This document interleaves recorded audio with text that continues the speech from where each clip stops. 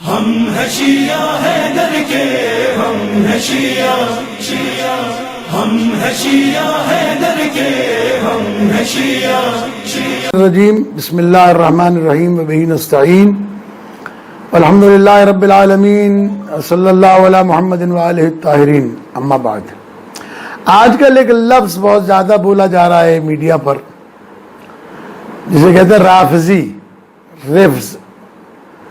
تو میں چاہتا ہوں کہ اس لفظ کو میں اپنے مومنین تک پہنچا دوں اور میں ان کو سمجھا دوں کہ یہ اصطلاح ہمارے لیے کیوں استعمال کی گئی ہے۔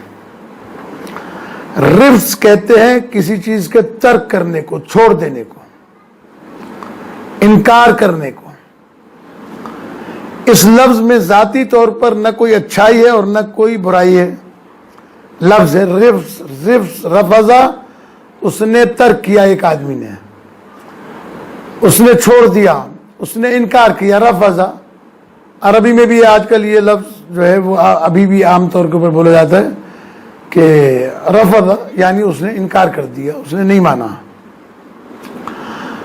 امام جعفر صادق علیہ السلام فرماتے ہیں کہ یہ لفظ رافضی پہلی مرتبہ اس وقت بولا گیا کہ جب حضرت موسیٰ علیہ السلام کی عصا کا معجزہ دیکھ کر جادوگروں نے فرعون کو چھوڑ کر حضرت موسیٰ و ہارون پر ایمان لا کر اپنے آپ کو توحید پرست بنایا، یعنی